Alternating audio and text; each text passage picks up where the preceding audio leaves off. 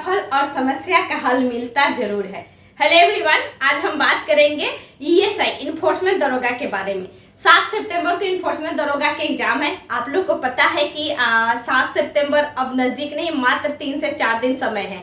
और 7 सितंबर ESI enforcement दरोगा एक बहुत अच्छी पोस्ट है।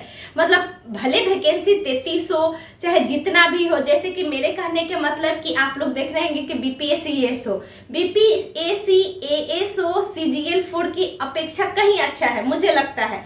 दूसरा मैं बता दूं कि जो इन्फोर्समेंट दरोगा है वो सामान्य दरोगा से कहीं अच्छा है, लेकिन इसमें एक ही थोड़ी सी प्रॉब्लम है कि 1 साल पर आपका पोस्टिंग हुआ, यानी 1 साल पर आपका यहाँ से वहाँ ट्रांसफर हो जाएगा, ठीक है।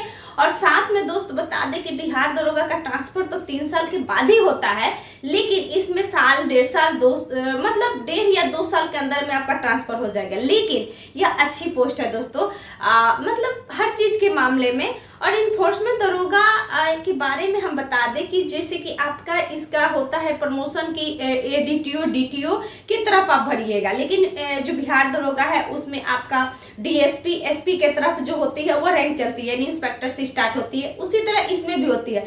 लेकिन दोस्तों इन्फोर्समेंट दरोगा के लिए हम यही आप लोग को स्ट्रेटेजी देंगे। दरोगा का एग्जाम था, मेंस का एग्जाम टोटली चेंज कर दिया था। क्या हुआ था कि कभी भी करंट अफेयर्स नहीं पूछा गया था, लेकिन मेंस के एग्जाम में करंट अफेयर्स पूछ लिया गया था।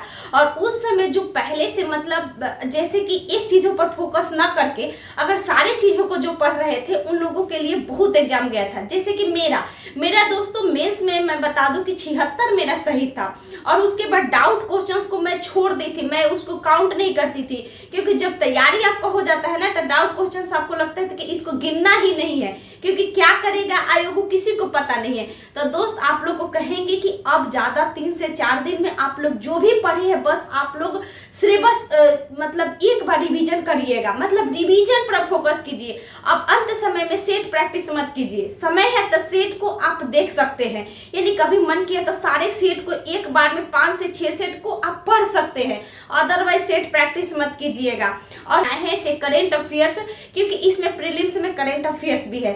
करेंट अफेयर्स पढ़े हो, साइंस पढ़े हो, और साइंस पे फोकस कीजिएगा। 5 से 10 मैथ्स रीजनिंग है, कोई बड़ी बात नहीं है, लेकिन अब इंग्लिश और हिंदी की तरफ भी अग्रसर हुआ है थोड़ा बहुत, तो आप प्रैक्टिस सेट को देख लिए होंगे। साथ में मैं बोलूंगी कि प्रीवियस ईयर प्रैक्टिस सेट को एक बार जरूर पढ़ लीजिएगा एग्जाम जाने के पहले, क्योंकि एग्जाम में ना 2 से 4 या कभी कभी 10 क्वेश्चंस क्या होती है ना कि डिट्टो वैसे ही आ जाती है, सिर्फ उसी पैटर्न पर।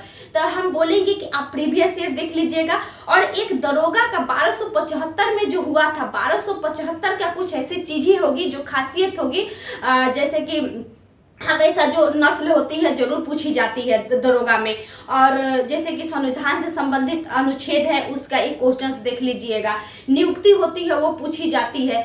तो 1275 का पेपर देखने के बाद आप लोग 3 दिन उसी के आधार पर तैयारी कीजिए, ठीक। और देखिए ईएसआई का मतलब मैं बोलूँगी नहीं ना कि बहुत अच्छी पोस्ट है। आप जब इसमें जाइएगा तो आप तैयारी भी अच्छे से कर लीजिएगा।